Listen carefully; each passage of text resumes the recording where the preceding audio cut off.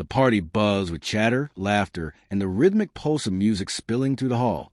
I had arrived with my wife, Vanessa, expecting nothing more than a light-hearted evening among friends and co-workers.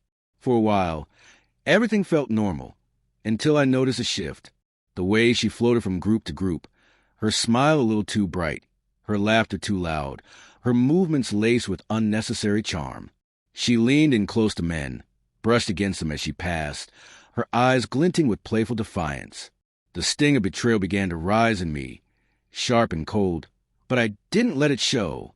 I stayed composed, watching as her self-assured flirtations played out for everyone to see. As the night deepened, her behavior only grew bolder. I caught her twirling and laughing with co-worker, a man I knew had always admired her. Her hand lingered on his shoulder, a gesture too intimate to be mistaken. A part of me wanted to step in, to pull her aside and demand she stop. But I didn't. Instead, I let my silence sharpen. Every calculated look she threw at someone else only fueled the calm precision building inside me. The evening was unfolding exactly the way I needed it to. Her arrogance, her recklessness, all of it was setting the stage for the quiet lesson she didn't know was coming. I excused myself and stepped outside for a moment, letting the cool air steady my thoughts. I wasn't leaving in anger. I was planning. A few minutes later, I returned, not alone. My arm was linked with another woman's. She was poised, elegant, self-assured. The contrast between us and what Vanessa had been doing was deliberate, and I knew it would hit harder than any confrontation ever could. The atmosphere in the room shifted instantly. Conversations faltered. Heads turned. The whispers began. Vanessa's easy smile froze when her eyes landed on us.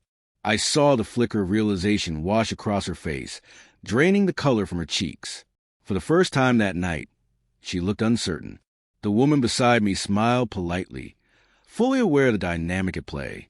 As I walked through the crowd with quiet confidence, the balance of attention changed. The same eyes that once followed Vanessa's every movement were now fixed on me. I didn't need to say a word. My calm was louder than anger. Vanessa tried to recover, laughing too loudly, gesturing too broadly, attempting to reclaim her control.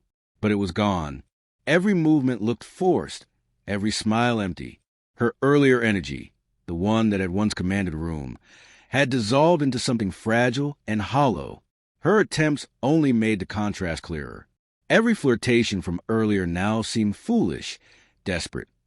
While I stood composed, collected, untouchable, the whispers grew. People noticed the quiet shift in power. The judgment was silent but heavy in the air.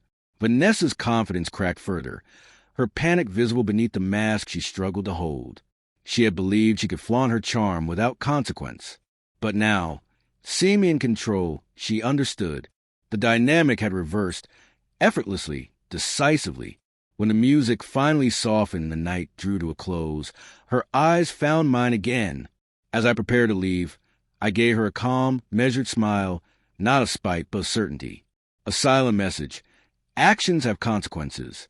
I walked out with the woman beside me, the hum of whispers following in our wake.